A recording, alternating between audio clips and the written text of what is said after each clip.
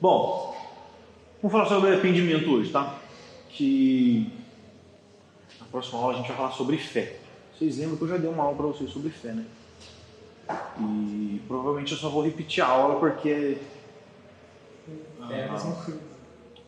Talvez, assim, alguma outra coisa diferente, mas assim, que eu gosto de falar sobre o que eu falei naquela oportunidade sobre fé, então eu só vou relembrar, mas enfim. Mas vamos lá, arrependimento. O arrependimento é simplesmente a primeira mensagem do Evangelho. A respeito disso, eu quero que vocês entendam uma coisa, e vocês começam a perceber por que existe algumas igrejas, não são todas, uma minoria de igrejas, mas que são bem famosas, que estão cheias de pessoas. Não é que igrejas cheias de pessoas não fazem isso aqui, mas costumeiramente a gente começa a perceber que igrejas que são muito cheias geralmente são cheias porque agradam as pessoas que estão ali. E o detalhe é que a primeira mensagem do Evangelho, como eu coloquei aqui, se a gente fosse listar uma ordem lógica de assunto para pregar integralmente toda a mensagem do Evangelho, o que eu quero dizer com a mensagem do Evangelho? A mensagem do Evangelho é: Jesus Cristo nasceu, Jesus Cristo viveu, Jesus Cristo morreu, Jesus Cristo ressuscitou. Dentro dessas coisas aqui, existe como se fossem subtópicos. Se a gente falar assim, ó, Jesus Cristo, o Evangelho de Jesus Cristo, a mensagem de Jesus, a pregação de Jesus, a pregação primária de Jesus não é eu te amo, vim te curar, sai demônio, não. A primeira pregação de Jesus, a gente vai ver isso aqui já, foi se arrependa. Então, se a gente fosse pegar uma ordem lógica para eu ensinar o que é a mensagem do Evangelho, o primeiro assunto é arrependimento. Basta a gente lembrar, por exemplo, João Batista. Ele era um pregador famoso e anunciava a vinda do Messias. A sua mensagem era objetiva e confrontadora. Em Marcos 1, do 1 ao 4 diz, Marcos 1, do 1 ao 4, o livro já abre falando de João Batista. E ele diz, princípio do Evangelho de Jesus Cristo, Filho de Deus, conforme está escrito no profeta Isaías. Enviarei à tua frente o mensageiro, ele preparará o teu caminho. Voz do que clama no deserto. Preparem o caminho para o Senhor. Façam veredas retas para ele. Olha só o que o texto fala. Conforme está escrito no livro do profeta Isaías, está escrito o que no livro de Isaías? Enviarei à tua frente. Na frente de quem? De Jesus. O meu mensageiro. Quem é o meu mensageiro? A voz que clama no deserto, que é João Batista. Então, antes de vir Jesus, veio João Batista. João Batista é o marqueteiro de Jesus. Tá? Então, olha só, voz que clama no deserto, faz o seguinte: prepara o caminho para o Senhor. Façam veredas retas para ele. Como é que João Batista prepara o caminho para o Senhor?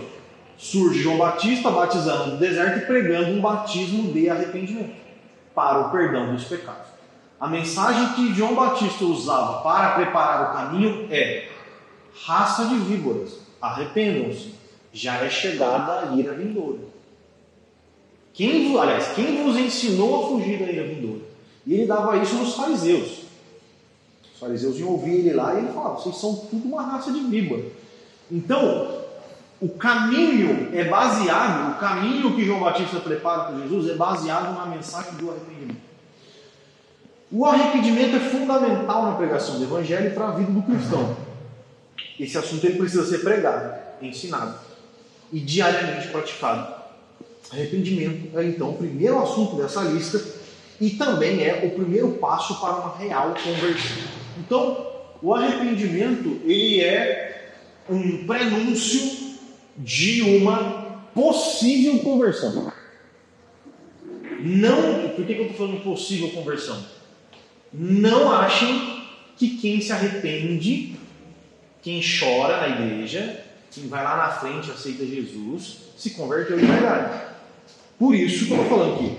O arrependimento é o primeiro passo para uma real conversão. O arrependimento verdadeiro é o primeiro passo que se dá para um verdadeiramente convertido. Agora, chorar, se ajoelhar, enfim, até pedir perdão pelos pecados, não necessariamente significa um verdadeiro arrependimento. Agora uma pergunta, existe alguma coisa que você gostaria de ter feito diferente e não fez? Existe algo, se você pudesse reviver, reviveria aquele momento de maneira diferente? Não existe? Alguma coisa assim, não, peraí. Existe, só que eu não mudaria nada. Não mudaria nada? Existem, por exemplo... Eu consigo estar com a faca em alguém, não queria ter tacado a faca. vamos lá. Você brigou com seu pai. Eu já fiz isso várias vezes. Uma vez eu quis fugir de casa. O que eu quero dizer é que se eu pudesse reviver esse momento que eu briguei com meu pai e fugi de casa, eu reviveria e faria diferente.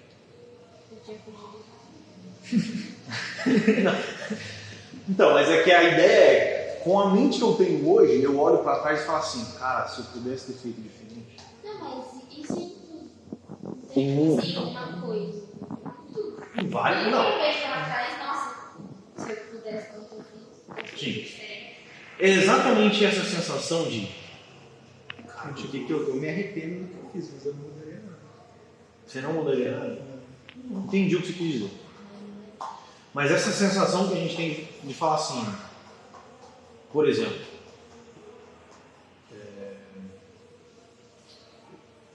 como eu já falei para vocês aqui, uma vez eu agredi minha ex-namorada. Cara, a pior coisa que eu fiz na minha vida. A pior coisa que eu fiz na minha vida foi isso. Jamais eu olhando e falando, cara, que cara. Mudaria completamente essa cena da minha vida. Só que não dá pra fazer. Enfim, com toda certeza as coisas da nossa vida a gente faria diferente. Queria não ter dito o que eu já disse. Queria não ter ido onde eu fui. Queria não ter feito o que eu fiz. E ao mesmo tempo, queria ter dito o que eu não disse. Queria ter ido onde eu não fui e queria ter feito o que eu não fiz. Um monte de coisa na nossa vida eu gostaria de reviver para fazer diferente. Quando a gente afirma que a gente gostaria de reviver momentos para fazer coisas diferentes do que foi feito, mostra duas coisas. Primeiro, que estou certo de que se tivesse feito diferente, teria sido melhor. Claro, se eu não tivesse agredido minha namorada, teria feito melhor do que eu fiz. E segundo, que como não fiz o melhor que eu pude ter feito, eu preciso então me arrepender do que eu fiz. Cara, se a gente for parar para pensar, uma vez que a gente é crente, a primeira coisa que vem na minha cabeça que eu deveria ter feito antes é ter sido crente antes de eu ter sido crente. Tipo assim, cara, por que eu não fui para a igreja antes de eu ter ido para a igreja? Por que, tipo assim, com 3 anos eu já não conquistei para a igreja? Entendeu? Por quê? Então o fato é que se eu pudesse mudar, a primeira coisa assim, na minha linha do tempo que eu ia mudar, é falar assim, cara, comece para a igreja já, tenta nascer numa família cristã. É isso que eu ia fazer. Falaram, quando você nasceu, seus pais já eram na igreja. Não, isso é ótimo. Isso é excelente. Igual também, né, João? Isso é excelente. Eu não tive esse privilégio, fui para a igreja com 14, 15 anos. Antes disso, aliás, quando eu bati na minha ex-namorada, eu já era crente. Crente? Eu era crente. Mas, cara, eu era seminarista. Eu já era crente. Entendeu? Então, tipo assim, doideira. Bora. Então é importante para a gente compreender corretamente o que a Bíblia nos ensina a respeito do arrependimento. Como eu falei antes, João Batista, ele aparece no início dos evangelhos. No livro de Marcos, ele abre o livro. No livro de Mateus, ele aparece no capítulo 3. No livro de Lucas, no capítulo 1, eu acho. Então, assim, você vê que ele... Assim que Jesus é batizado por João, a gente vê Jesus saindo para pregar. E em Marcos é citada a pregação, a primeira pregação de Jesus. Agora detalhe, Jesus vai lá, é batizado por João. João batiza ele. Ele vai para o deserto e é tentado. Ele sai do deserto da tentação, ele vai pregar. Primeira mensagem de Jesus. Depois que João foi preso, Jesus foi para a Galileia proclamando as boas novas de Deus. E ele dizia, Jesus, o tempo é chegado, o reino de Deus está próximo. Arrependam-se e creiam nas boas novas. Primeira pregação de Jesus, se arrependa.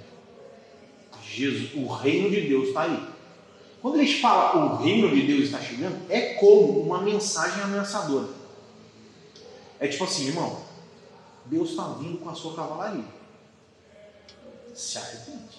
Porque se ele chegar aqui e você não ter se arrependido, o pau vai quebrar do seu lado. Basicamente, essa mensagem de arrependimento, ela insinua uma ameaça. O reino de Deus está chegando. Sendo este um assunto de grande importância para a nossa fé, então é justo que temos um estudo a respeito disso. Tá? O que é arrependimento? A gente precisa primeiro entender o que é o arrependimento.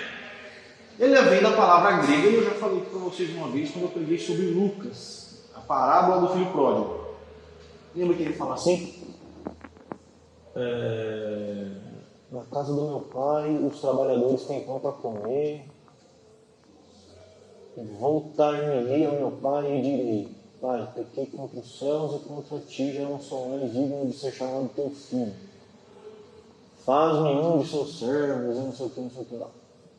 O que ele fez quando ele caiu em si? A Bíblia fala, né? Então, caiu em si. Lucas 15.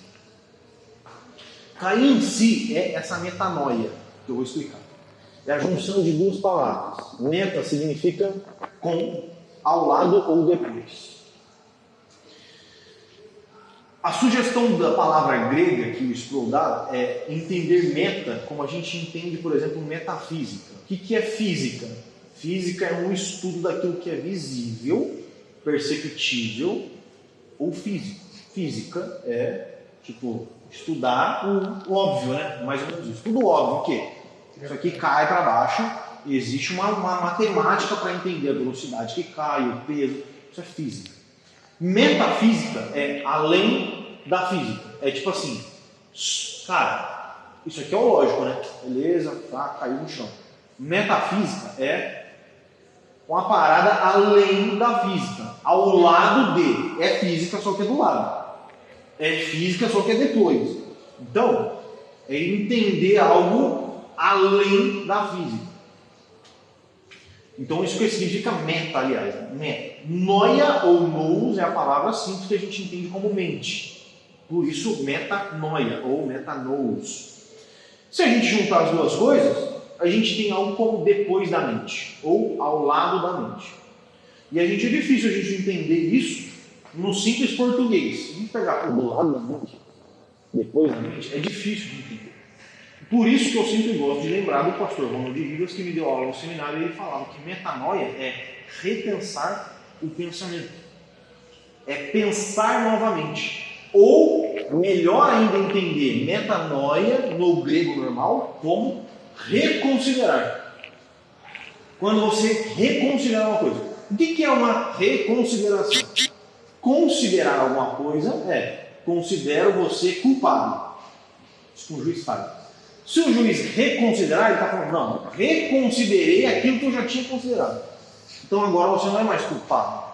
De certa forma, é voltar a anular uma sentença. Basicamente é isso, uma reconsideração. Então, no caso que a gente entende, o arrependimento seria, como eu botei no final aí, uma mudança expressiva de pensamento. Metanoia é algo agressivo. É algo que você fala assim, mano, como eu era burro. Não é nosso, eu estava ligeiramente equivocado nos meus contos. Não, tipo assim, mano, eu era muito burro, meu Deus do céu. Engraçado é que você sempre assim, né? Daqui 5 anos a gente vai olhar para o vídeo hoje, nossa, como eu era burro. Mas existe essa reconsideração agressiva, né? E o fato dela ser agressiva faz sentido quando a gente entende os aspectos do arrependimento. Mas, de forma assim, etimológica, fala, né, que é entender a palavra em si, metanoia, ou metanoia, enfim, significa uma mudança expressiva de pensamento. É o filho pródigo falando assim: eu caí em si, como eu sou burro. Os servos do meu pai têm pão todo dia. E eu estou aqui comendo comida de porco. Como eu sou imbecil. Por isso, eu repenso o que eu já tinha pensado, repensando o pensamento. Beleza? Não podemos considerar a metanoia bíblica como uma mudança no sentido amplo. Por exemplo, eu torcia para o Palmeiras, hoje eu torço para o Grêmio. Nesse sentido, não quer só dizer, por exemplo, que... Por exemplo, eu era corintiano. Antes de torcer para São Paulo, eu torcia para o Corinthians. Só que isso não traz pesar nenhum no meu coração. E não só não traz pesar nenhum, como não tem problema nenhum. No sentido pecaminoso da coisa, eu torço para o São Paulo hoje, amanhã eu vou torcer para o Palmeiras. Ou, eu achava antes que 3 mais 3 era 5, como eu botei aqui. Agora eu acho que 3 mais 3 é 6. Nossa, como era burro, era só eu colocar mais um. Então, tipo assim, metanoia se refere ao pensamento que gera comportamento. É o que você considera na sua cabeça que vai gerar comportamento. É uma expressão para ter a ver com a pessoa que fez algo e que a partir de determinado tempo ela percebe que fez algo errado. É a conscientização de uma ação específica errada. Vou dar um exemplo. Que o Tom fala, por exemplo, como eu coloquei aqui, que ele costuma só colocar R$20 de gasolina e não completa o tanque do carro. Aí ele está lá com R$20 de gasolina e o carro para no meio do caminho. O que ele faz? Não, devia ter completado. Nossa, por que eu não botei 30 pelo menos para conseguir chegar para abastecer de novo? Não quer dizer então que metanoia, essa mudança agressiva, esse arrependimento agressivo é, por exemplo, também como eu falei do pão com ovo. Aí. Tipo, mano, a gente gastou 120 conto com pão com ovo para 7 pessoas. Se você tivesse gastado 30, não ia ser errado. Você só cometeu um leve equívoco. Entendeu? Mas você se arrepende, você fala assim, mano. Por exemplo, eu comprei 2 paletas de guitarra esses dias, eu paguei R$16. É muito caro. 16 conto em 2. Aí eu fui entrar na internet, 50 por R$40. 100 por 50. 100 por R$50. Eu falei, mano, 100 por R$50 é 5 centavos cada um. Não, 50 centavos cada um. E eu paguei em cada uma R$8. Mas ok. Entendeu? A metanoia ela tem que surgir como um sentimento de remorso. É aqui que começa a pesar. Tristeza profunda. Então, beleza, eu comprei 2 paletas e paguei R$16. Mas, cara, é vida que segue. Metanoia não é vida que segue. Não é, tipo, um jogador vai lá, eu odeio conflito. Você chega pra ver um jogador dando entrevista depois de um jogo que perdeu. Eu falo assim, a gente queria fazer o nosso melhor aí, dar alegria pra torcida, mas agora é bola pra frente. Tem que treinar e continuar o trabalho. Como é que é? Bola pra frente. Não é bola pra frente. Bola pra frente é o futebol. Agora, com Deus, não é bola pra frente, é bola pra trás. Então é por isso que, na questão bíblica, quando a gente fala de um arrependimento profundo em direção a Deus, é uma parada muito mais agressiva do que simplesmente me arrependo de ter batido o pênalti em vez de dar direita para a esquerda. Ah, é mesmo?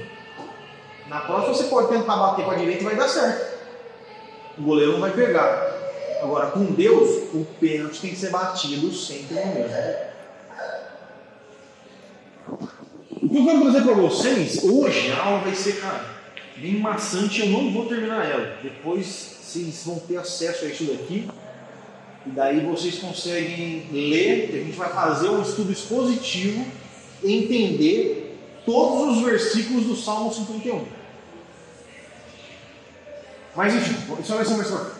Eu quero trazer para vocês algumas nuances do Antigo Testamento que é importante a gente entender. O culto em Israel era uma prática importante para o povo. O culto em Israel era uma prática importante. Era uma demonstração do Deus que ele servia. Então Deus estabelece o culto e ele ensina, além de estabelecer, como que o culto tinha que ser. Eles tinham instrução de como orar, como sacrificar os animais, não podia sacrificar de qualquer jeito. Como que tinha que fazer o serviço no templo, não podia fazer serviço de qualquer jeito. Ah, tem que lavar a bacia, você não vai lavar de qualquer jeito. Tem que alimentar o fogo do templo, você não pode alimentar de qualquer jeito. Em alguns momentos a gente vê o povo que eles começam a pisar na bola, fazer as coisas erradas, e começa Deus então a ficar irado com o povo. Deus estabelece o culto, estabelece o sacrifício, estabelece o jeito que tem que ser, e o povo começa a fazer errado.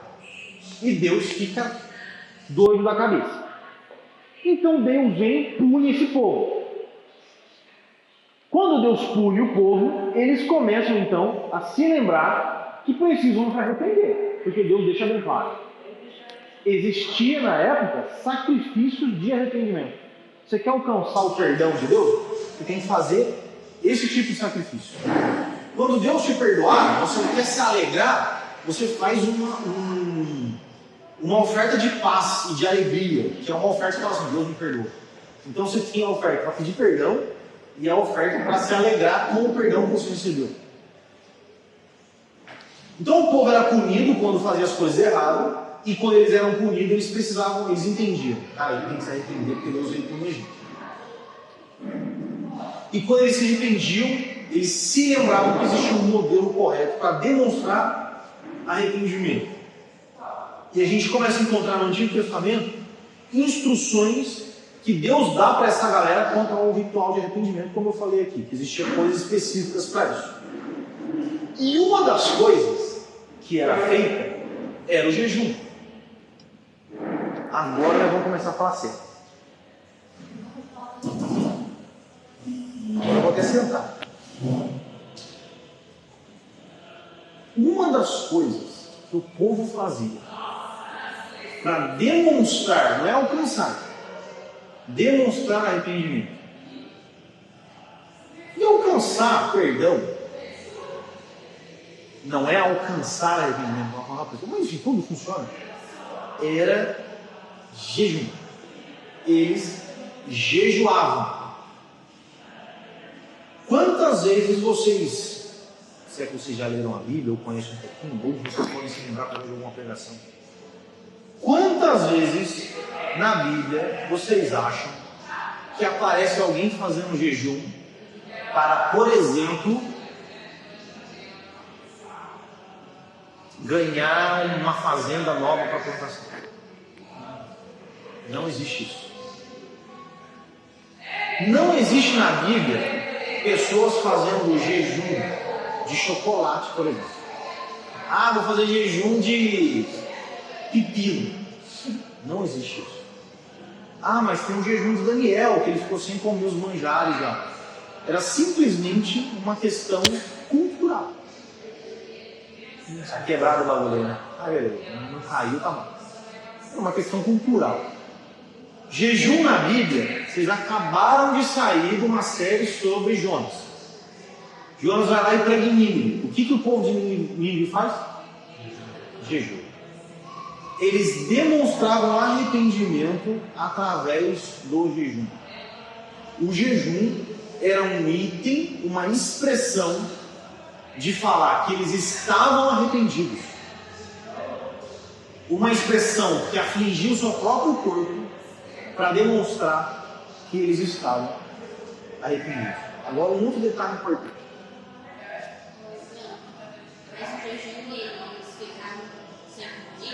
Sem comer, sem beber. E detalhe, não existe jejum, nunca você vai ver na Bíblia, jejum tipo assim, cara, parei de comer, mas eu vou trabalhar de boa. Não existe isso. Jejum é o seguinte, eu não vou comer, eu não vou beber, não vou trabalhar, não vou cuidar da minha família, eu não vou fazer nada a não ser orar ao Senhor e pedir o seu perdão. Ah, mas eu vou fazer jejum para não sei o que, eu vou fazer jejum lá no meu trabalho. Porque lá no meu trabalho eu chego, tomo café, então eu vou parar de tomar café. Ah, beleza. Você vai parar de tomar café e vai trabalhar. Você simplesmente não comeu, cara. O jejum não é parar de comer. Agora entenda isso. Pelo amor de Deus. Não existe jejum sem uma aflição sincera no coração. Agora vamos lá, vou pegar um exemplo. Radson passou por problemas com a filha dele. Pergunta para ele se ele tinha vontade de comer. A fome naturalmente vai embora. Quando o Jonas chegar em mim e falar assim, ó, se arrependa. Em 40 dias o pau vai quebrar, filho. Os caras, o quê, mano? Deus vai vir matar nós?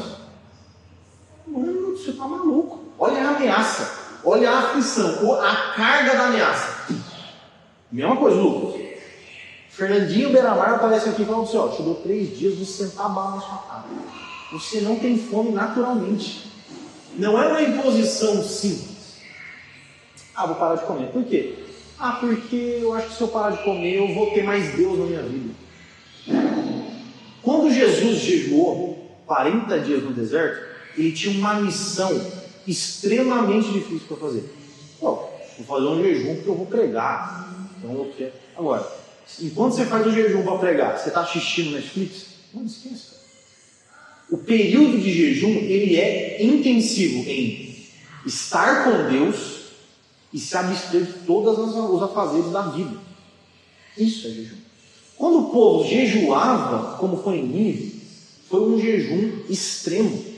Nem os animais comiam. E nem era cuidar dos animais. Ninguém saía na rua e falava assim, nossa, deixa eu ver como está meu boi. Irmão, se o boi morreu, morreu. Igual eu vejo que eu acho que a avó dela é católica.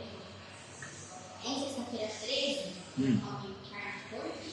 Sexta-feira Santa. Semana Santa.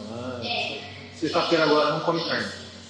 E a avó dela, tipo, ficava assim, o dia inteiro, sem falar com ninguém. Ficava, tipo assim, sentada na cama o dia inteiro. Orando, as coisas. Isso é um jejum. Independente se é um ritual católico, isso é jejum. Então, assim, quando vocês forem ver na Bíblia, o jejum para Moisés foi no monte, ficou 40 dias lá. Como que Moisés não morreu 40 dias sem comer? Ele estava com o próprio Deus. Ele estava lá com Deus. 40 dias no monte. Estava ele lá. Ele não comeu. Ele estava com Deus. Quando Jesus estava na terra, os fariseus perguntavam assim, por que os seus discípulos não jejuam? Por que eles vão jejuar se eles estão comigo? Quando eu não estiver com eles, aí eles vão jejuar.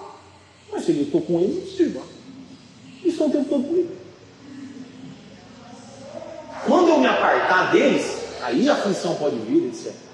Enfim, acho que vocês entenderam o que eu quis dizer. O jejum, 2 coisas importantes. Ele é extremamente, ele surge às vezes naturalmente, por causa de uma aflição muito grande, e aquela fome, ela vai naturalmente embora. Você não come, e se eu te oferecer comida, você fala assim, cara, nem quero comer. Ou existe um propósito por trás do jejum, que é estar intensamente, integralmente com Deus, orando, lendo a Bíblia e orando ao mesmo tempo, enfim. Tá? Uma das coisas comuns que eles faziam era o jejum. Quando acendia a ira de Deus sobre o povo, eles entravam numa profunda tristeza e proclamavam-se um jejum nacional, como foi o caso de Nínive. Esse jejum era uma demonstração de profundo arrependimento dos seus pecados. Uma outra forma era através das roupas. Você vai ver que em alguns momentos eles demonstravam arrependimento, profunda tristeza. Entenda isso, ó. Arrependimento, tristeza profunda. Jejum, tristeza ou aflição profunda. Vocês vão ver, por exemplo, quando Jonatas, amigo de Davi, morre, ele rasga as roupas dele. Quando Saul morre, Davi rasga a roupa dele e entra num profundo luto. Começa a chorar desesperadamente porque Saul morreu. E é comum a gente ver pessoas em profunda tristeza se vestirem com outras roupas, como por exemplo pano de saco ou vestes de luto. As 2 coisas é a mesma coisa, pano de saco ou vestes de luto. E tenha isso em mente, vestes de luto, pano de saco, que eu vou falar isso já já. Então, o profundo arrependimento de alguém que estava profundamente triste, ele trocava suas roupas e colocava uma roupa simples, desconfortável e feia, para demonstrar arrependimento. Outra coisa era canções de lamentação. A gente tem na Bíblia o livro de Lamentações de Jeremias, que é um livro que você, por exemplo, o livro de Juízes. Quando você lê o livro de Juízes, você torce ele assim, ó, e pinga sangue. Sangue, guerra, morte. Nego, por exemplo, tem uma história de uma mulher que ela viu um maluco assim, ó, de cima dos muros da cidade. Ela viu o cara passando assim, ó, ela pegou uma pedra, um paralelepípedo e fez assim, ó. Arrebentou a cabeça do maluco. Morreu. Você vai encontrar Sansão despedaçado. Você torce o livro de Juízes, pinga sangue. Você torce o livro de Lamentações, vai pingar lágrimas. Então é comum você encontrar na Bíblia lágrimas como um sinal de arrependimento. Choro, lamentação, enfim.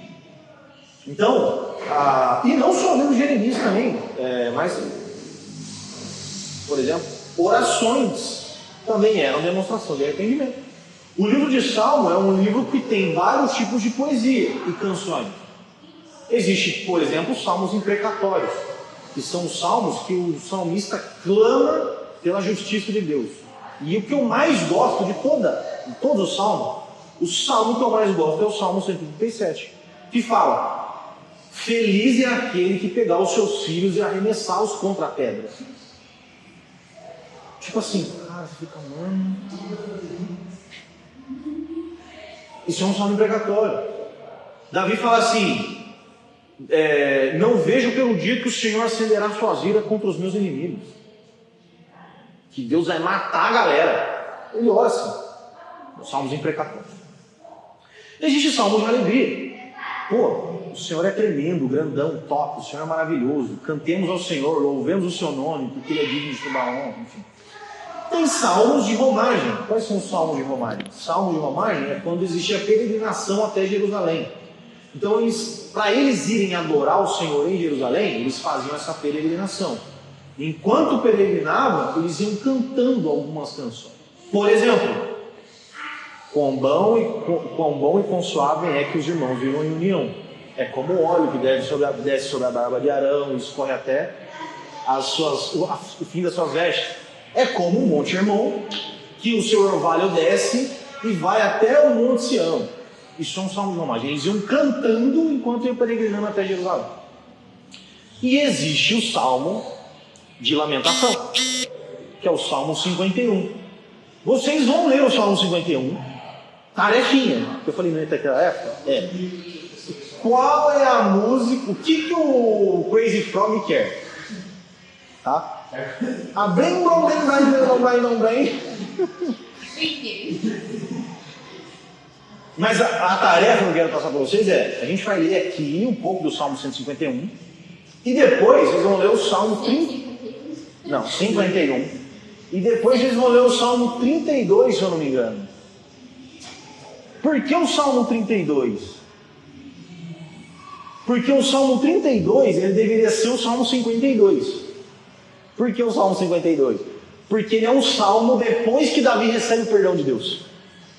É um salmo de alegria, de contentamento por ter recebido o perdão de Deus. Então, o que ele começa? Bem-aventurado aquele cuja iniquidade é perdoada, cujo pecado é encoberto. Bem-aventurado o homem a quem o Senhor não atribui iniquidade e em cujo espírito não há dolo. É um salmo que ele faz depois que ele percebe que o perdão de Deus entrou sobre ele. Por isso que deveria ser o Salmo 52. Mas como não existe uma ordem lógica nos salmos, e não há problema nenhum nisso, então a gente tem o Salmo 51 e depois o 52. Deixa eu voltar aqui para não me perder depois. Tá? Então, por fim, a gente tem também dias específicos de arrependimento.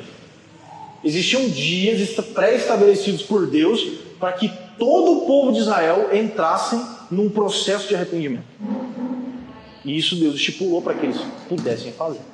Então a gente tinha dias de festa, dias de lembrança, por exemplo, a Páscoa. A Páscoa serve para lembrar do dia que Deus tirou o povo do Egito. Para isso que serve. E existiam dias de lamento, dias de arrependimento.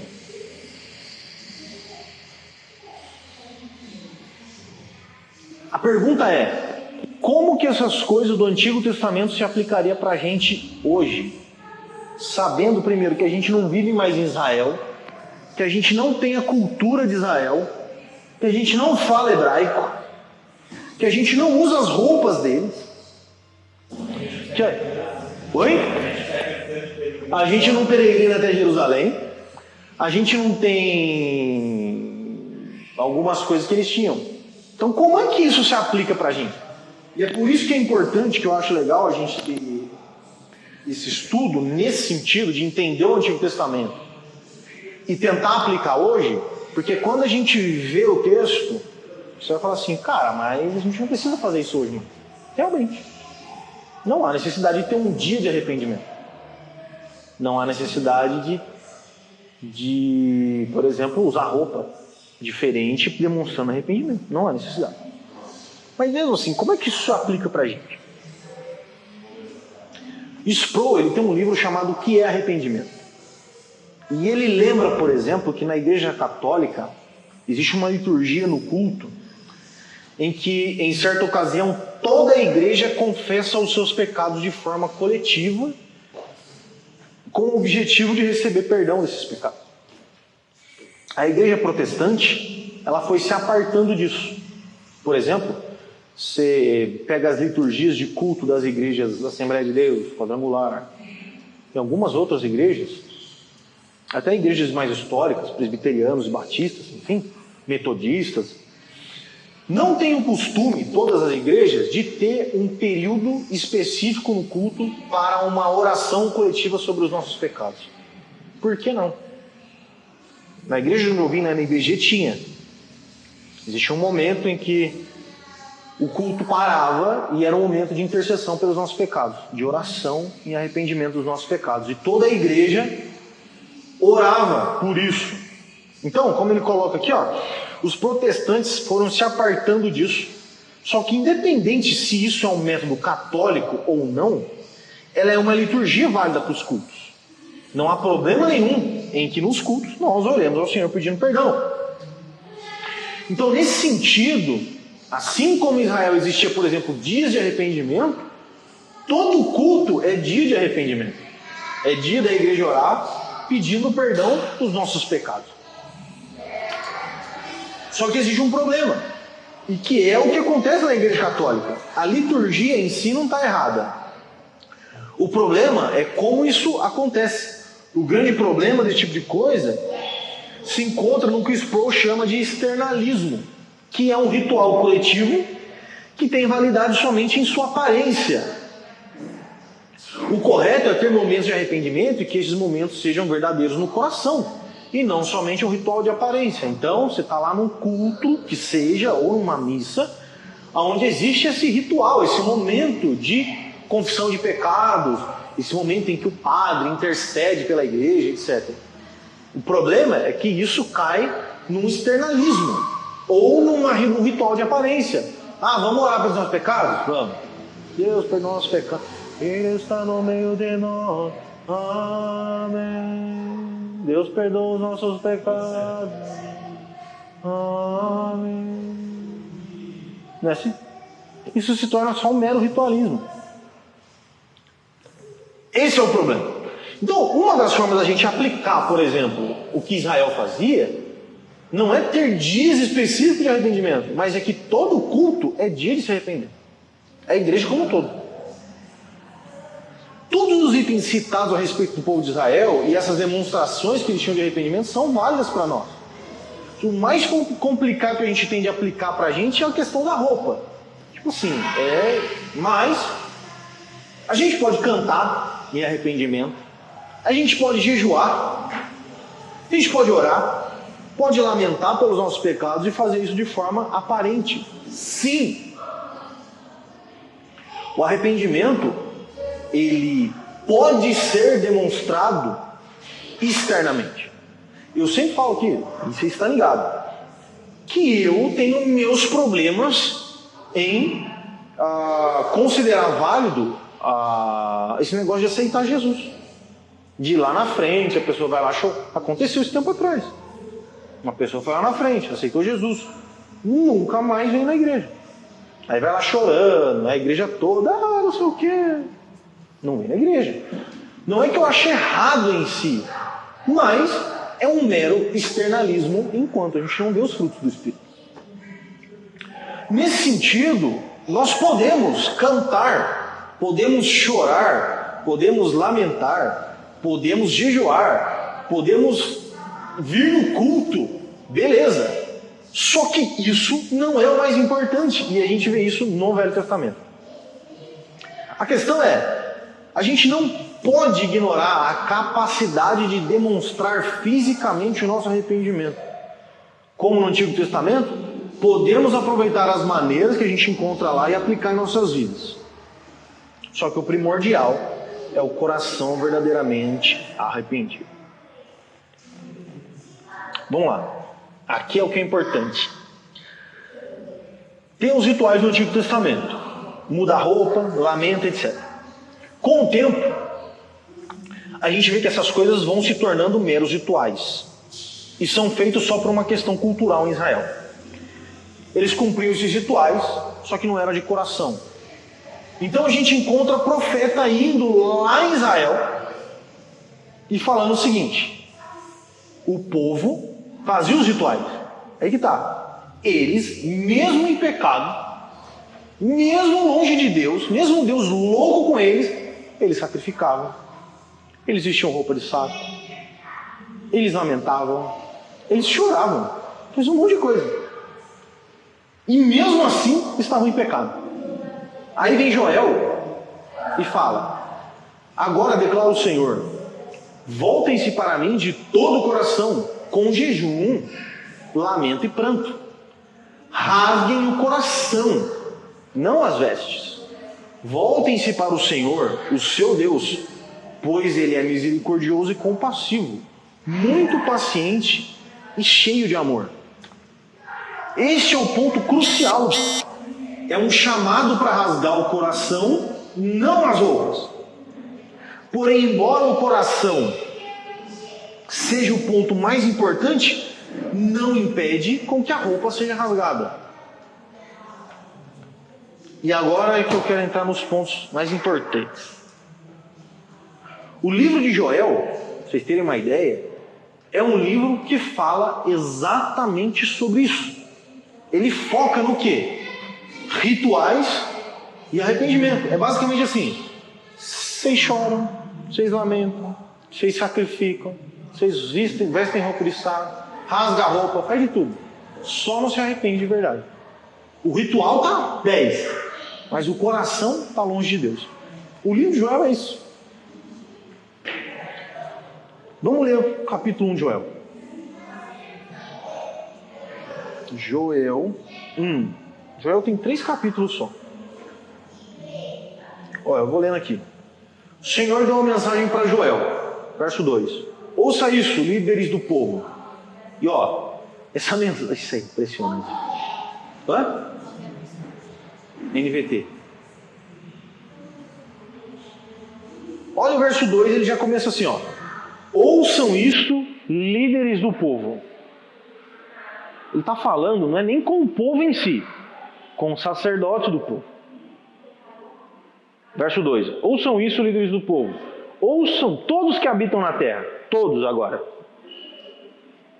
Em toda a sua história, já ocorreu algo semelhante? Joel, vamos lá, antes da gente continuar. Esse texto, o texto de Joel, ele está falando que Deus trouxe calamidade sobre o povo de Israel, por causa do pecado de Israel. E ele está falando aqui, em toda a sua história, Israel, já ocorreu algo semelhante ao que aconteceu agora? Contem a seus filhos o que aconteceu, e que seus filhos contem aos filhos dele. Transmitam essa história de geração em geração. Depois que os gafanhotos cortadores devoraram as colheitas, os gafanhotos migradores comeram o que restava. E então vieram gafanhotos saltadores, e depois deles os gafanhotos destruidores. A ideia aqui é o seguinte: Deus acabou com a colheita de vocês através do gafanhoto X. Só que o gafanhoto X falou assim, mano, já comi demais. Relaxa, vou mandar o gafanhoto Y. Tipo assim, devastou. 5. Despertem e chorem bêbados. Lamentem, vocês que tomam vinhos. Todas as uvas foram arruinadas, todo o seu vinho doce acabou. Uma nação imensa invadiu minha terra, um exército terrível, tão numeroso que não se pode contar. Seus dentes são como os de leões, suas presas como os da leoa. Destruiu minhas videiras, arruinou minhas figueiras, arrancou sua casca e as destruiu. Seus galhos ficaram desfolhados. Chorem como a moça vestida de luto que lamenta a morte do noivo. Pois não há cereal nem vinho para oferecer no templo do Senhor. Por isso os sacerdotes estão de luto. Aqueles que servem na casa do Senhor choram. Os campos estão arruinados, a terra está desolada, o trigo está destruído, as uvas secaram e o azeite acabou. Desesperem-se, agricultores, lamentem, vocês que cuidam das videiras, chorem, pois o trigo e a cevada, todas as colheitas no campo estão arruinadas. As videiras secaram e as figueiras murcharam, as romãzeiras, as palmeiras e as macieiras, todas as árvores frutíferas secaram, e com elas murchou a alegria do povo. Vistam-se de pano de saco e chorem, sacerdotes. Lamentem vocês que servem diante do altar. Venham, passem a noite vestidos de pano de saco, vocês que servem ao meu Deus, pois não há cereal nem vinho para oferecer no templo do Senhor. Convoquem o tempo de jejum, juntem o povo para uma reunião solene. Tragam os líderes e todos os que habitam na terra para o templo do Senhor seu Deus e ali clamem a Ele. O dia do Senhor está próximo, o dia em que virá a destruição da parte do Todo-Poderoso. Que dia terrível será! Nosso alimento desaparece diante dos olhos, já não há alegria e exultação na casa do nosso Deus. As sementes morreram na terra seca, as colheitas de cereais se perdem, os celeiros estão vazios, armazéns abandonados. Como os animais gemem de fome, as manadas de gado vagam confusas, pois não encontram pastos, os rebanhos de ovelhas sofrem. Socorro, Senhor! O fogo devorou os pastos do deserto e as chamas queimaram as árvores do campo. Até os animais selvagens clamam a ti, pois os riachos secaram e o fogo devorou os pastos do deserto. Joel simplesmente descreve o que aconteceu com o povo quando Jerusalém foi destruída. Arruinada da cabeça aos pés. E ele fala, se arrependam. Deus não falou que quando vocês estavam, que quando Ele viesse punir a vocês, seria uma punição para o pecado de vocês? Não adorem outro Deus. Se adorar, o pau vai quebrar. Não cobiça a mulher do próximo. Se cobiçar, o pau vai quebrar. Não profanem o templo do Senhor. Foi isso que vocês fizeram. É isso que aconteceu. Vocês querem resgate? Se arrependem. Basicamente, essa é a mensagem de Joel, descrevendo a destruição que aconteceu em Jerusalém.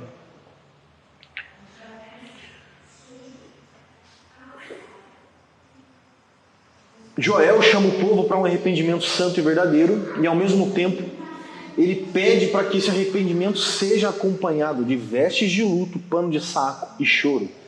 Deus puniu o povo destruindo suas plantações com um severo ataque de gafanhotos, por exemplo, e outras coisas mais que aconteceram. A ideia é perceber que o arrependimento que o povo precisava ter era de verdadeiro coração, acompanhado dos rituais. Verso 8 ele fala: planteiem como uma virgem em vestes de luto que se lamenta pelo noivo da mocidade. Olha isso aqui, isso é pesado. Joel utiliza a imagem de uma noiva para repreender o povo de Israel. A noiva e seu vestido são símbolos importantes no casamento. E aqui a gente vê Joel mostrando que o povo precisava ser uma noiva vestida de pano de saco. Agora. Imagina uma noiva entrando na igreja para se casar vestida com pano de saco. O que isso significa? Agora, você imagina você ir num casamento que a noiva entra toda descabelada, suja, fedida, com roupa rasgada, toda zoada, triste, chorando para se casar. Imagina essa cena. Que quando eu me casei, a Carol entrou plena. Nossa, top. Eu falei, mano, vocês lembram, vocês assistiram o Rei Leão? Assistiram o Rei Leão? Quando o Mufasa fala pro Simba, Simba, tudo que o sol toca é seu. Ele fala, tudo é meu? Tudo é seu, Simba. E eu, caraca, isso tudo é meu? Maravilhosa. Sorrisão top, tamanho dela. Falei, nossa. Agora, imagina. E você acorda do lado dela. Era a parte escura do reino. Nunca vá pra lá, Simba. Mas a ideia é essa. Imagina alguém do casar e a noiva, que aquele momento, cara, eu acho horroroso, quando você vai no casamento e antes da noiva entrar tem aquelas trompetinhas, sabe? Você já foi? E começa.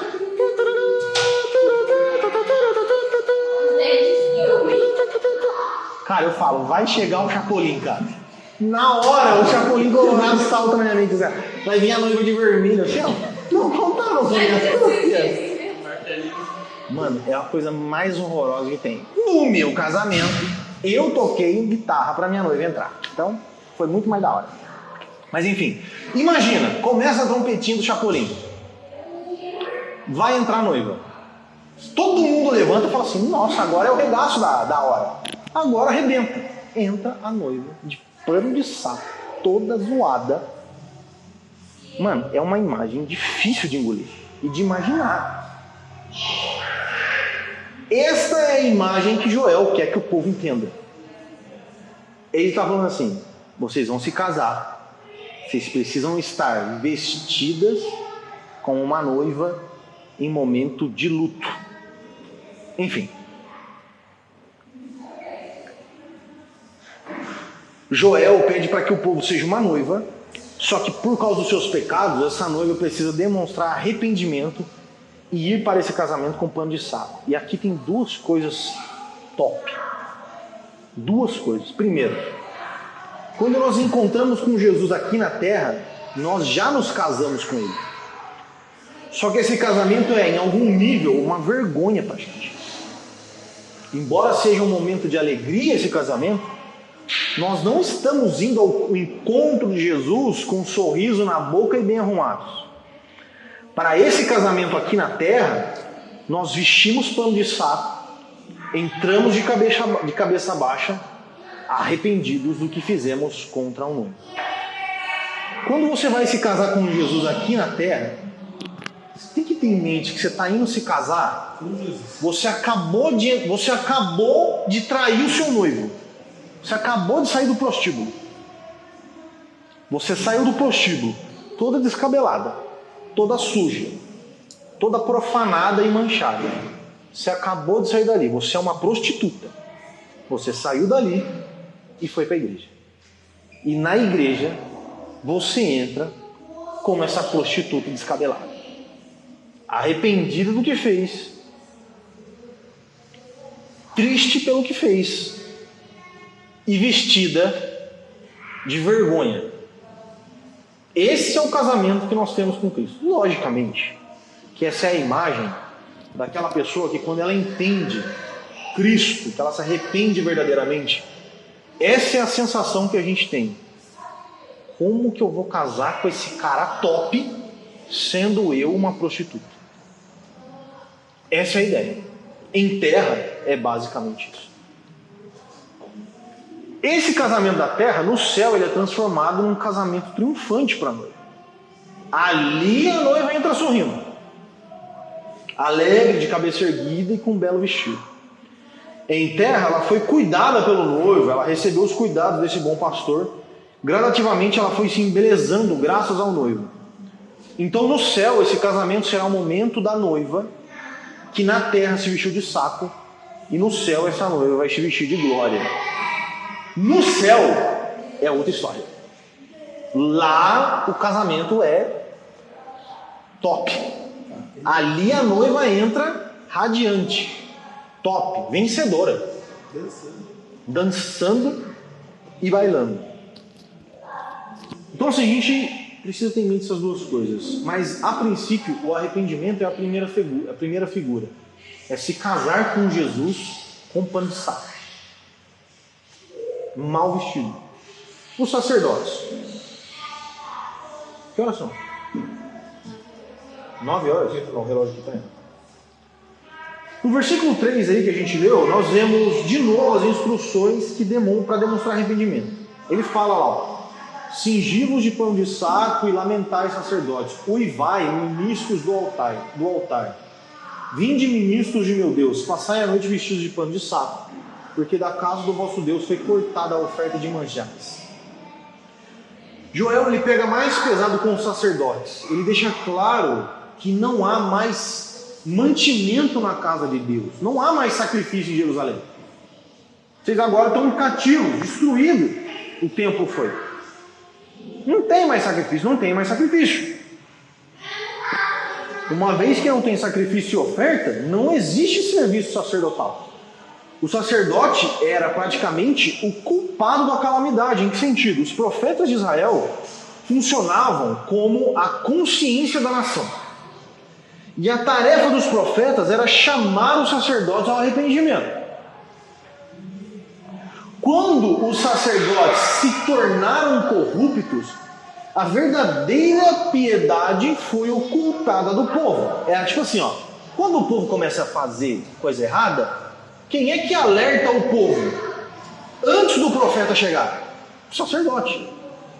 O sacerdote corrigia o povo, ensinava o povo, ministrava sobre o povo, repreendia o povo. Quando os sacerdotes pisavam na bola, então surgiu o profeta. O profeta, quando ele aparece, é porque, tipo assim, mano, tem ninguém que se salva. Principalmente os sacerdotes. Então, quando os sacerdotes se tornaram corruptos, a verdadeira piedade, então, era ocultada do povo. Em que sentido? Os sacerdotes não repreendiam mais, não ensinavam mais, não se importava mais, faziam uns negócios ali, mano, você tá zoado, né? Mas deixa um cordeirinho a mais aí que tá tudo certo. Sei lá, faz um bagulho aí, entendeu? Faz um negócio. Deixa uma ofertinha, sabe uma ofertinha? Você dá aquela molhada na toalha. Então, em vez de educarem o povo, os falsos profetas também tinham falsos profetas, né? E o sacerdote corrupto tentava agradar o povo. O povo fazia cagada e eles, tá de boa, filho. Em vez de ensinar o verdadeiro caminho de Deus, em vez de exortar as pessoas, eles bajulavam as pessoas.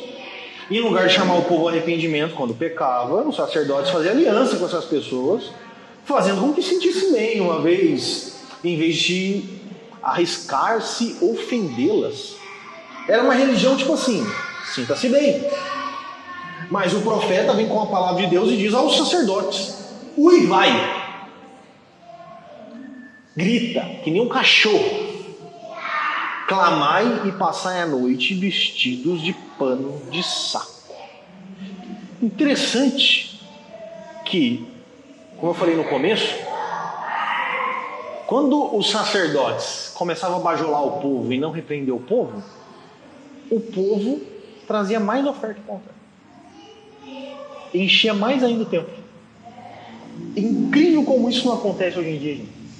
Não tem igreja cheia de oferta, cheia de sacrifício, cheia de gente e pastores que bajulam o povo. Não tem, isso só acontecia lá, tá? Está sobre os ombros então dos sacerdotes, que hoje a gente pode entender como pastor e líder da igreja, a missão de ensinar corretamente, sem fazer barganha, sem negociar com os homens. E agora a gente passa para o Salmo 51. Vocês entenderam? Eu quis mostrar aqui para vocês que o Antigo Testamento, embora ele seja o Antigo Testamento, lamento, choro, vestes rasgadas, oração, jejum, todas essas coisas são válidas no processo de arrependimento. Por isso, não é que eu não acredito que uma pessoa que vai lá na frente não se arrependeu verdadeiramente. Não é isso. A questão é que isso é só uma parte externa do processo. É legal, alegra o coração. Pode ser o início de uma caminhada com Deus, só que pode ser simplesmente uma coisa externa, como muita gente eu já vi fazendo isso. Mas as pessoas vão lá chorando, top, chorem, se ajoelhem,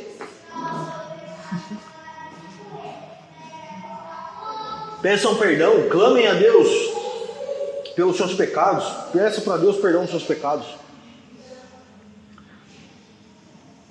A Bíblia nos apresenta um modelo de arrependimento. Cara, eu estou me coçando. A Bíblia apresenta para a gente um modelo de arrependimento sincero. Salmo 51. Existe antes de a gente chegar lá, existe uma peça de Shakespeare que chama Macbeth, ou Macbeth. Nessa peça, Lady Macbeth, ela fica extremamente angustiada e abalada por ter assassinado o rei Duncan. E numa noite ela entra em profundo delírio por causa do crime que ela cometeu, e ela começa a enxergar que nas suas mãos tem sangue. Então ela vai lavar as suas mãos com o sabão e começa a esfregar as mãos no sabão. Só que ela percebe que o sabão não é eficaz para tirar o sangue da mão dela, e o sangue continua na mão dela. Ela não consegue se limpar. E quando ela não consegue se limpar, ela fica ainda mais desesperada e ela grita: sai da minha mão, mancha maldita. Desespero, profunda angústia. E ela começa a entrar em desespero: mancha maldita, sai da minha mão. Os esforços que ela começa a fazer de lavar a mão não são eficientes. E ela então começa a delirar e gritar: mancha maldita, sai da minha mão. O arrependimento traz à tona então essa ideia de ser limpo. Eu acho que esse é o ponto principal do verdadeiro arrependimento. É a percepção da necessidade de ser purificado, de ser limpo. O verdadeiro arrependimento é como uma insatisfação do mau cheiro do corpo e a vontade de tomar banho logo. O arrependimento não é só sentir a vontade de tomar banho, é também tomar banho. Essa é a ideia. O arrependimento sincero, ele precisa trazer no nosso coração duas coisas. Eu estou sujo, estou fedendo, estou cheirando mal, estou descabelado, estou completamente desarrumado e desesperadamente eu quero tomar banho. Não é só a sensação de querer tomar banho por estar extremamente fedido, mas é também ir correndo para o banheiro tomar banho, desesperadamente, e correndo para o banheiro e tomar banho. Nesse sentido, o arrependimento não é só rasgar a roupa, fazer jejum, não é só isso. É ir em direção àquele que tem o sabão celestial, que tem o sabão milagroso. Exatamente. Para entendermos melhor essa ideia, a gente vai para o Salmo 51, que é sem dúvida um dos salmos de penitência mais famosos e importantes da Bíblia, que foi escrito por Davi, depois que o profeta Natan falou assim para ele: você é esse cara sem vergonha, vagabundo, cefado, salafrário. Olha só que legal. Olha que bacana, gente. O profeta Natan, ele não foi chegar no Davi e falar assim: pô, Davi, você é gente boa, cara. Vou prosperar o seu reino. Você vai ser um rei top. Não. O profeta Natan chegou e falou assim: você é um vagabundo sem vergonha, cara. O que você fez foi muito errado. E detalhe, Deus vai trazer sangue sobre a sua família. Assim que o Natan proferiu as palavras para Davi, Davi ficou profundamente entristecido. E detalhe, sabe o que aconteceu depois? 2 Samuel 12. Depois que Natan vai embora, Aparece a história que Betseba estava grávida, né? Porque Betseba engravidou, depois que Davi fez. E a criança nasceu, só que ela já nasceu doente. Sabe o que Davi faz? Vai para dentro do quarto, deita com a cara no chão e começa um jejum. Profunda angústia. Profundo pesar e lamento por causa do filho que Deus já tinha falado que ia matar. Ele, quando o profeta Natan chegou lá, ele falou assim, ó, esse filho daí do seu pecado, pode ficar tranquilo que eu vou matar ele. E quando nasce, Deus adoece a criança. Enquanto a criança está adoecida, Davi entra no quarto dele, deita no chão, começa um jejum.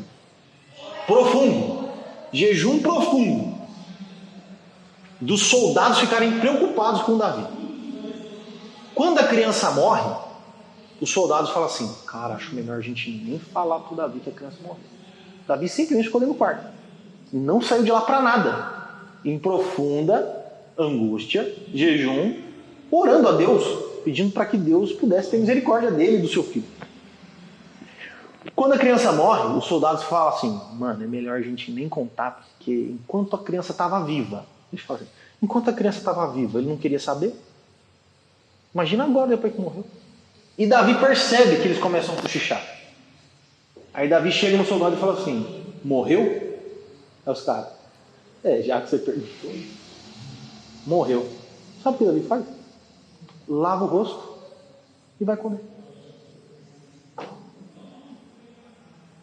Tipo assim, e depois ele fala, enquanto estava vivo, dava para dar, tinha esperança. Agora não tem mais esperança. Morreu. Vida que segue.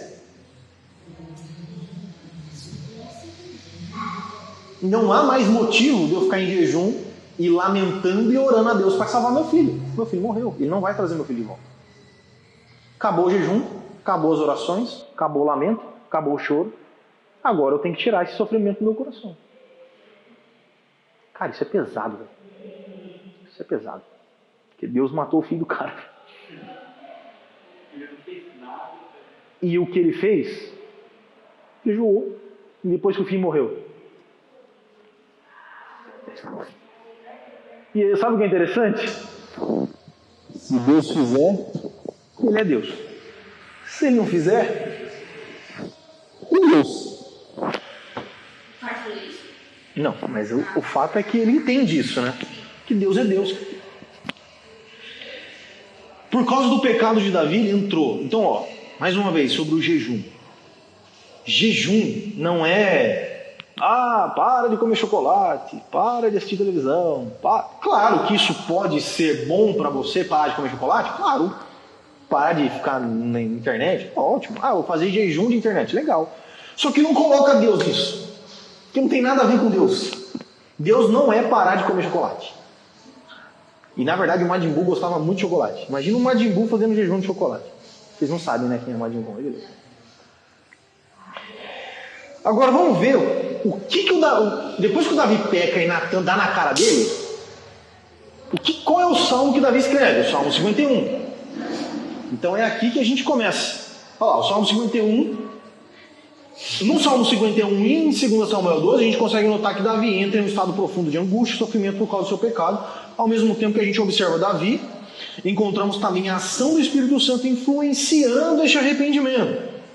Por fim, quando olhamos por completo este salmo, a gente percebe que o próprio Espírito Santo é que produz arrependimento e inspira o salmo escrito por Davi. E aqui um detalhe muito importante. Quando a gente começa a ler o salmo, entender a história de Davi e tudo o que aconteceu, por exemplo, Davi teria se arrependido se o profeta Natan não tivesse acusado ele? Não.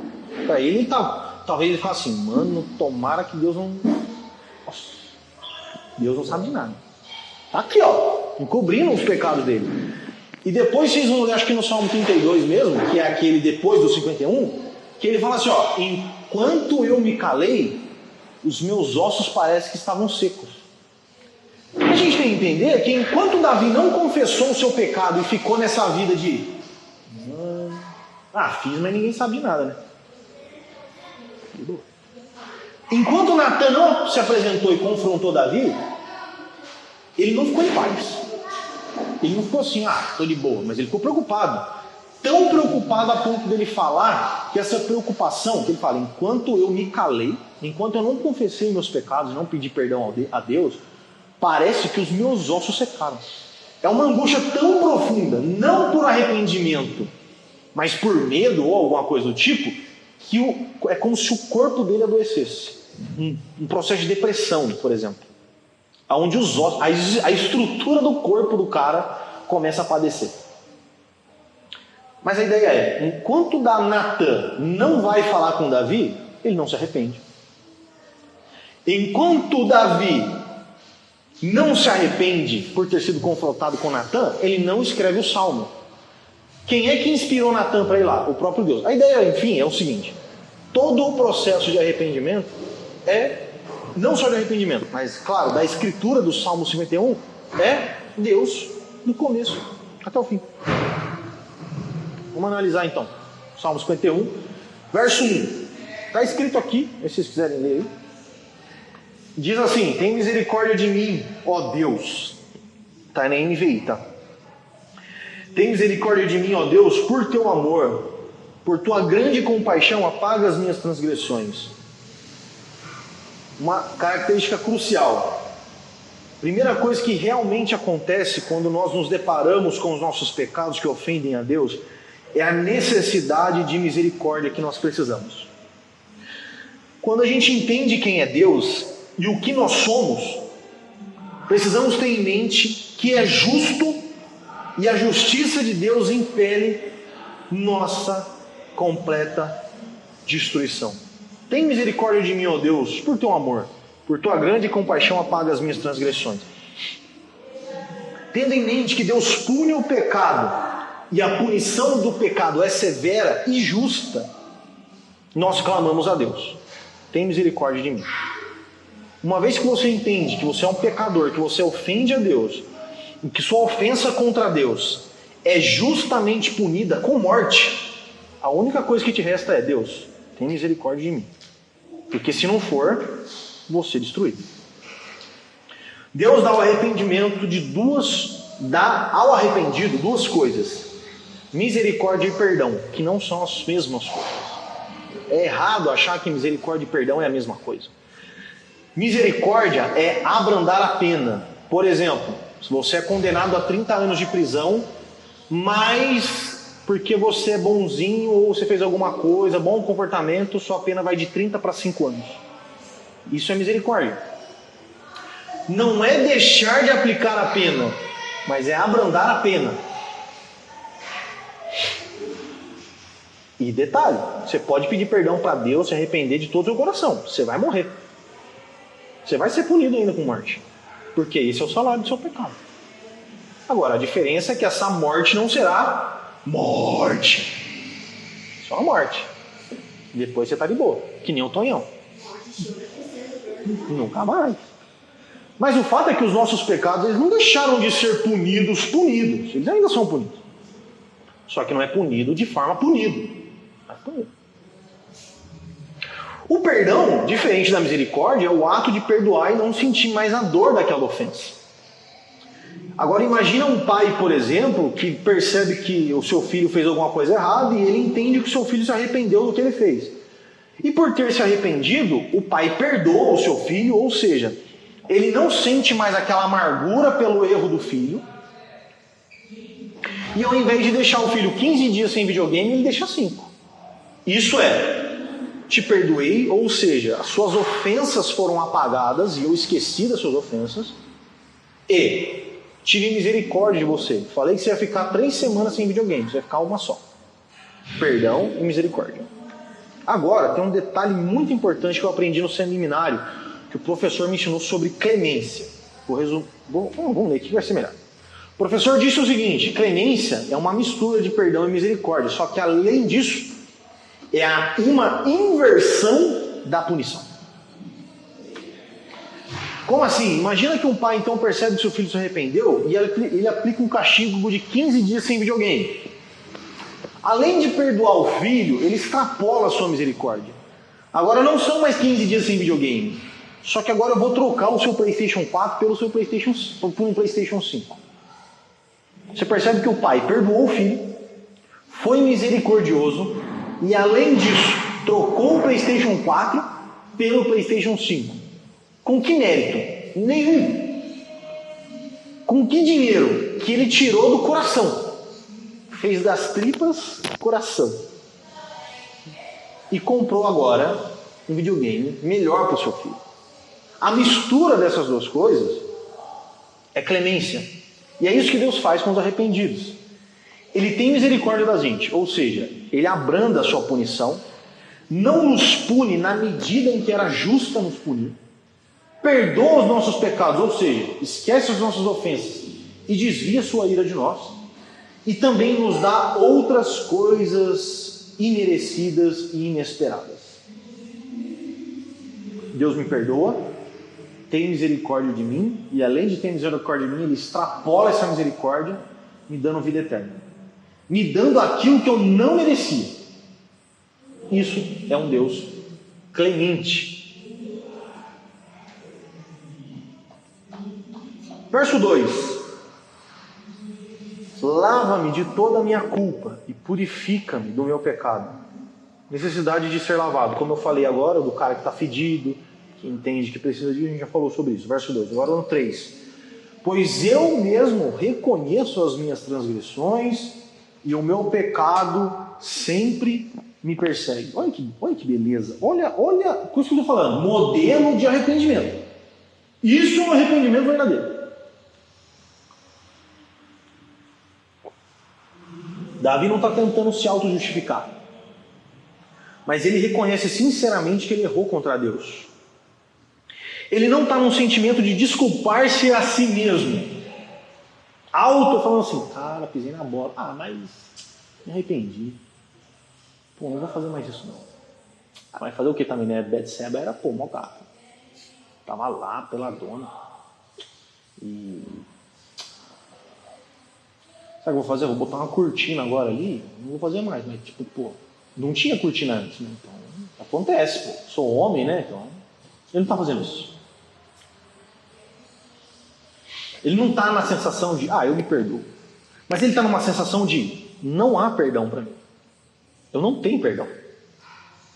Só Deus pode considerar esse pedido singelo de perdão. Isso é importante. Embora eu sei que Deus me perdoe, quando eu entendo o que eu fiz e quem é Deus, o justo é eu entender, cara, não tem perdão para mim. Pois eu mesmo reconheço as minhas transgressões e o meu pecado me persegue. A segunda parte. Além disso, a sensação que Davi demonstra ter é de que o seu pecado é constante em sua mente. Ele não consegue se esquecer do erro que cometeu e aquilo traz grande aflição no seu coração. Se ele tivesse se autodesculpando, não estaria sendo perseguido pelo seu pecado. Verso 4. Contra ti, só contra ti pequei, e fiz o que reprovas, de modo que é justa a sua sentença, e tens razão em me condenar. Davi, ele pecou contra Urias, que era o marido de Betseba, levou o cara à morte. Pecou contra Betseba, num ato de provável estupro. Eu expliquei isso para os meninos lá no retiro, que Davi, quando a gente vai entender a história de Davi e Betseba, não é simplesmente um ato consciente ou, como é que fala? Um ato, eu esqueci o nome, mas a ideia é que Betseba não estava voluntariamente cedendo a relação sexual a Davi. Ele era rei, tinha poder e influência. Além de ser rei, ele tinha a capacidade de escolher a mulher que ele queria. Quando ele vai atrás de Betseba, a gente pode ver até em alguns momentos ali do texto que narra essa história de Davi com Betseba, é que Betseba fala assim, isso é errado contra o meu Senhor. Betseba não queria fazer o que ela fez. Mas o poder do rei, a influência do rei e a vontade do rei Davi criou um provável estupro. Davi não só matou, Davi usou de sua influência para coagir uma mulher a ter relações sexuais com ele. Davi pisou feio na bola. As duas coisas que ele fez, na lei do próprio Senhor, lá do Antigo Testamento, é o seguinte: se um homem estuprar uma mulher, morre, porque isso é como se tivesse tirado a vida dela. E por que quem tira a vida de alguém morre? Porque somos a imagem e semelhança de Deus. A Bíblia trata o estupro como algo semelhante ao assassinato. Davi, quando a gente entende esse contexto, produziu uma cena de estupro, coagiu Betseba. Não foi uma parada consentida por Betseba. Davi pecou, então, contra Betseba, contra Urias, que era o marido de Betseba, e contra toda a nação, colocando Israel numa situação em que poderia destruir e desestruturar todo o povo. Imagine Israel sem um rei. O povo já era ruim. Ainda tinha um rei ali para ajudar. Agora imagina um povo sem um rei. Ele sabia que seu pecado não era só então contra Deus, mas era contra um pecado majoritariamente contra Deus. Você lê o texto, ele fala assim, contra ti, só contra ti pequei. Não, ele sabia que não era só contra Deus, mas essencialmente o pecado dele é contra Deus. Então, quando você mente, rouba, mata, estupra, desrespeita os pais, não honra os pais, enfim, comete qualquer pecado, você pode, claro, cometer erros contra o próximo, mas majoritariamente o nosso erro é contra Deus. Urias, Betseba e a nação eram pecadores imperfeitos. E por isso, o nosso imperfeito pecado, ele é uma ofensa majoritária contra o Deus perfeito. Claro que eu pequei contra Betseba, contra Urias e contra a nação. Só que essa nação também é imperfeita, enfim. Né? Então, numa certa nuance do texto, nosso pecado é contra Deus, somente contra Deus. E é interessante que lá no livro de Lucas, lá quando fala do arrependimento do filho pródigo, ele fala assim: pequei contra os céus e contra ti, e não sou mais digno de ser chamado seu filho. Só uma diferença, mas o filho pródigo pega contra Deus. Repetir aqui.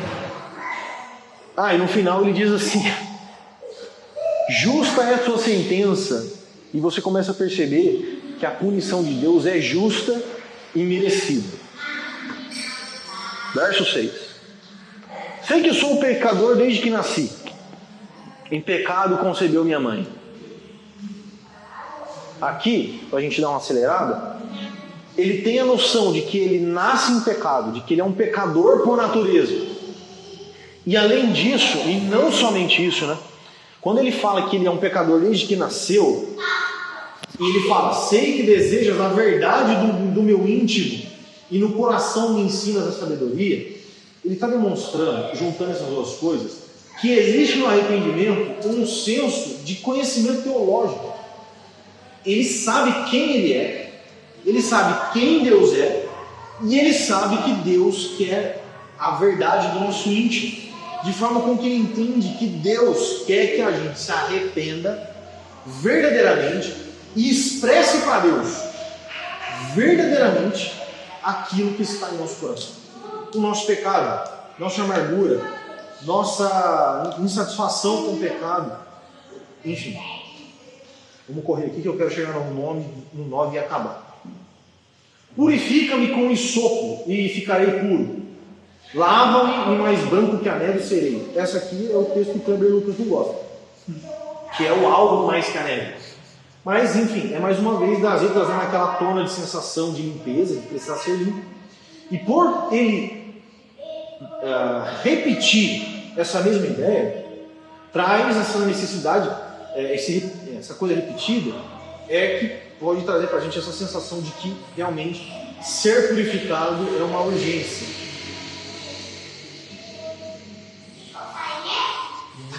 Aqui é bom. Fazem-me ouvir de novo um júbilo de alegria, e os ossos que esmagastes os juntarão. Ele se encontra em prantos, só que pede para Deus restaurar sua alegria. A culpa do pecado é profunda e tira a alegria de Davi.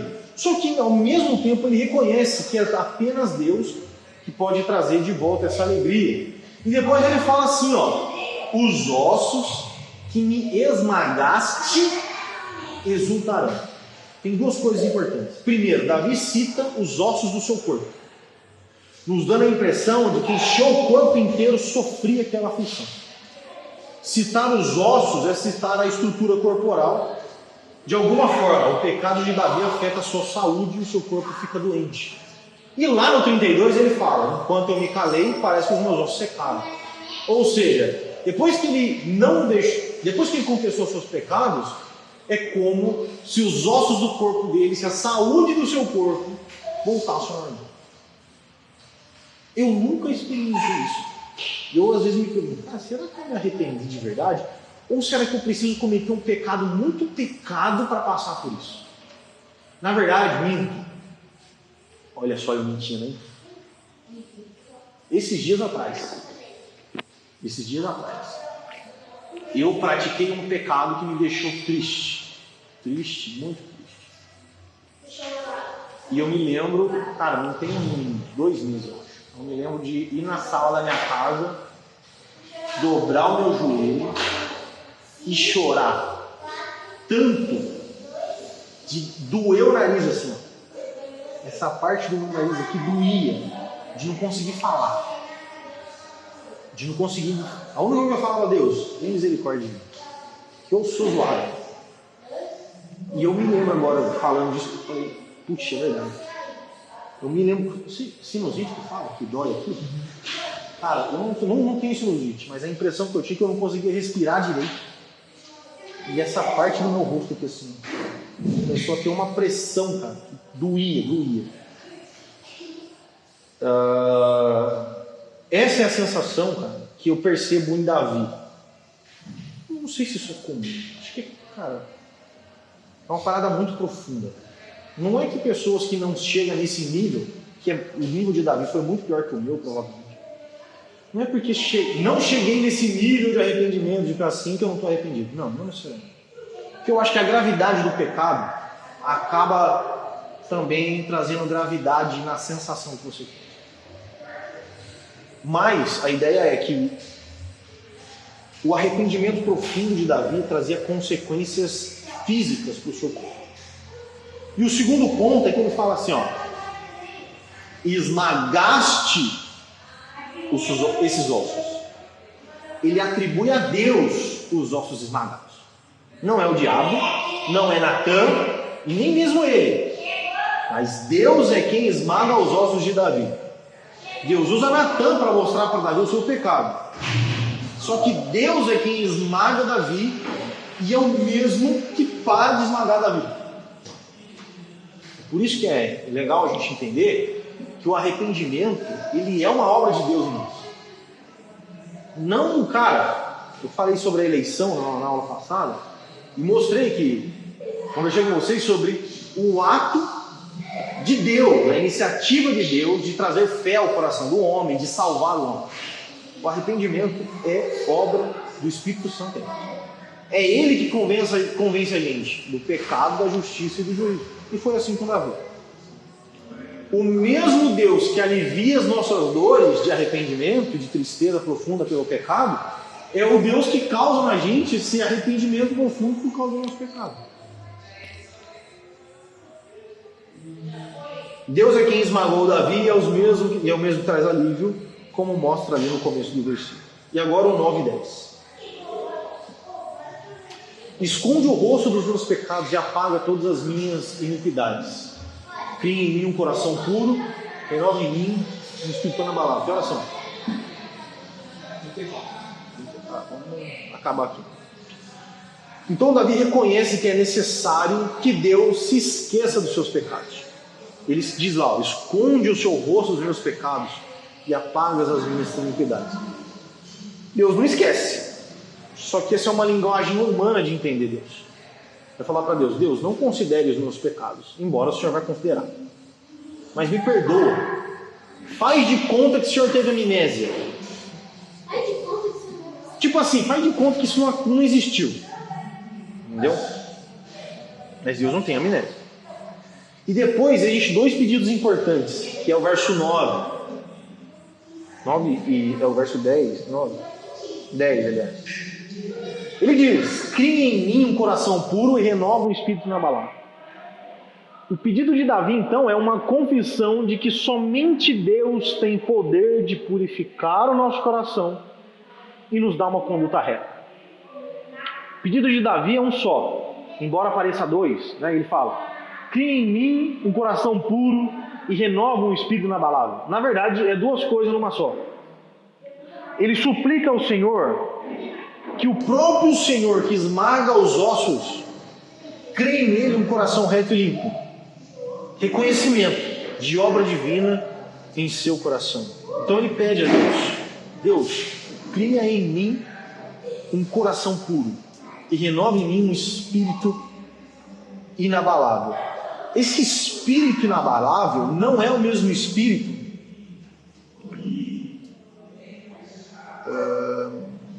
do verso 11. Está aqui, ó. Não expulse da tua presença, nem tira de mim teu espírito, Santo Espírito. Esse espírito do verso 10, ele é um espírito com letra minúscula. Ele não está falando, tipo assim, Deus, tira de mim, aliás, renove em mim o Espírito Santo. Ele não está falando isso. Ele está falando do Espírito no sentido do interior do homem, das suas emoções, das suas faculdades mentais, da sua percepção de pecado, etc. O que está deixando claro é: crie em mim um coração puro e renove em mim um espírito inabalável. Ou seja, me faz ser um homem reto, um homem íntegro, um homem inabalável, estruturado, de emoções firmes, enfim.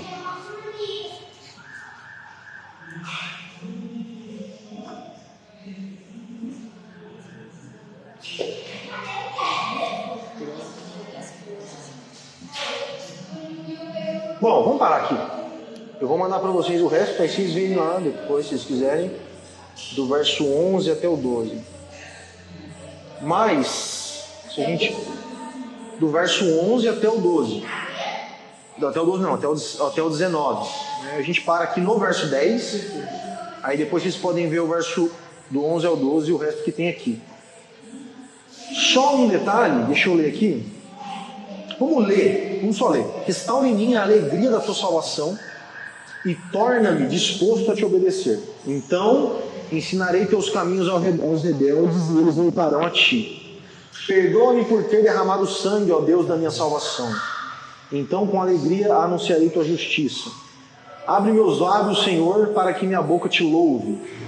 Tu não desejas sacrifício, do contrário, eu os ofereceria. Tu não desejas sacrifícios, do contrário, eu os ofereceria. Também não queres holocaustos. O sacrifício que deseja é um espírito quebrantado, espírito com letra minúscula, ou seja, um coração quebrantado. Não rejeitarás um coração humilde e arrependido. Olha com favor para Sião e ajuda, reconstrói os muros de Jerusalém. Então te agradarás do sacrifício de justiça, dos holocaustos e das ofertas queimadas. E sobre teu altar novilhos voltarão a ser sacrificados. Depois vocês leem lá, o resto que eu vou mandar aqui no grupo lá. Só vamos ver aqui, ó, o 32. Salmo 32. Depois que Deus perdoa Davi, ele escreve: como é feliz aquele cuja desobediência é perdoada, cujo pecado é coberto. Sim, como é feliz aquele cuja culpa o Senhor não leva em conta, cuja consciência é sempre sincera. Enquanto me recusei a confessar o meu pecado, meu corpo definhou, e eu gemi o dia inteiro. Dia e noite, tua mão pesava sobre mim, minha força evaporou como água no calor do verão. Verso 5. Finalmente, confessei a ti os meus pecados, não escondi mais minha culpa. Disse comigo: confessarei ao Senhor a minha rebeldia, e tu perdoaste toda a minha culpa. 6. Portanto, todos os que forem fiéis, orem a ti enquanto há tempo, para que não se afoguem quando vier a inundação. Pois és meu esconderijo, tu me guardas da aflição e me cercas de cântico de vitória.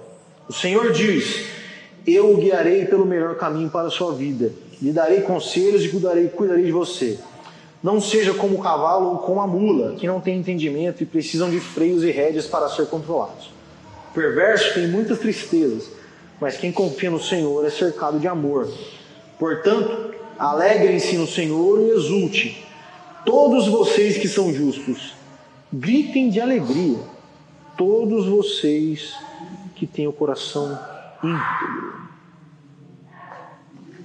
Depois que Davi foi perdoado, que ele confessou os seus pecados, então ele pôde gritar de alegria. Ele pôde ser cercado de amor, como diz o 10. Foi guiado no 8 pelo melhor caminho por Deus, e foi cuidado por Deus. Quando ele confessou os seus pecados, Deus disse, ele disse: confessarei ao Senhor a rebeldia, e depois ele termina: e tu perdoou a minha culpa.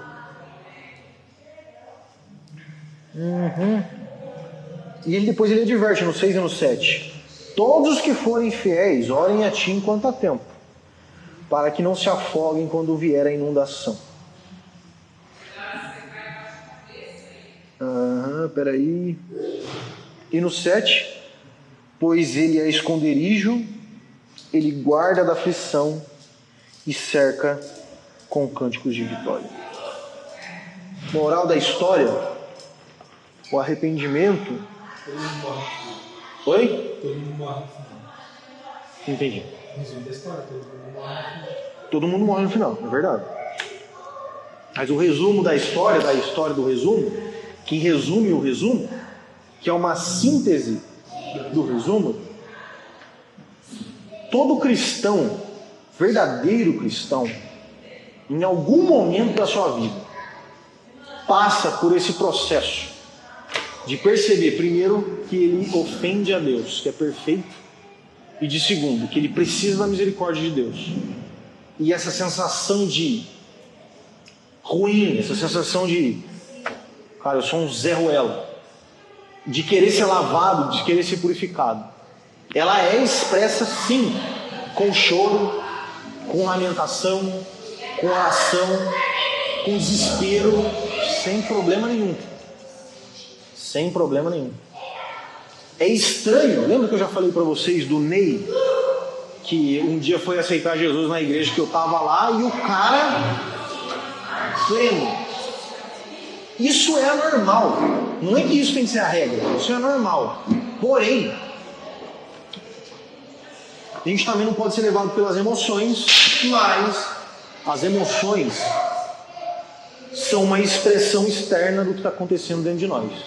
Então, se você está triste pelo seu pecado, pelo menos deveria estar, sinta-se mal, fique triste, chora, grita, esperneia, clama a Deus, sai correndo na rua. Ah, vão me matar, se mata. Não, tô brincando. Se mata não. Mas tenha isso em mente, que é importante, cara, que a gente chore na presença de Deus e que em Deus a gente encontre esse perdão. Beleza? Vamos orar. Deus, em nome de Jesus, nós pedimos perdão a Ti pelos nossos pecados, pelas nossas falhas, erros, transgressões que diariamente cometemos. Somos falhos, pecadores, malditos homens, Pai, que todos os dias ofendem a Sua imagem, deturpa, Pai, o Senhor. Deus, em nome de Jesus, o que nos resta é pedir perdão e misericórdia ao Senhor. Pedir ao Senhor que o Senhor nos perdoe, que o Senhor lave, Pai, nosso coração, nosso pecado, e que retire de nós, Pai, todo esse sentimento, às vezes, de culpa que temos pelos erros que cometemos. E que, assim como Davi, o Senhor, Pai, pode criar em nós, fazer em nós um coração puro e deixar com que o nosso espírito, as nossas faculdades estejam retas para agirmos conforme a Tua lei. Muito obrigado, agradecemos, Senhor, pelo que o Senhor nos ensina e pelo teu perdão. Em nome de Jesus. Amém.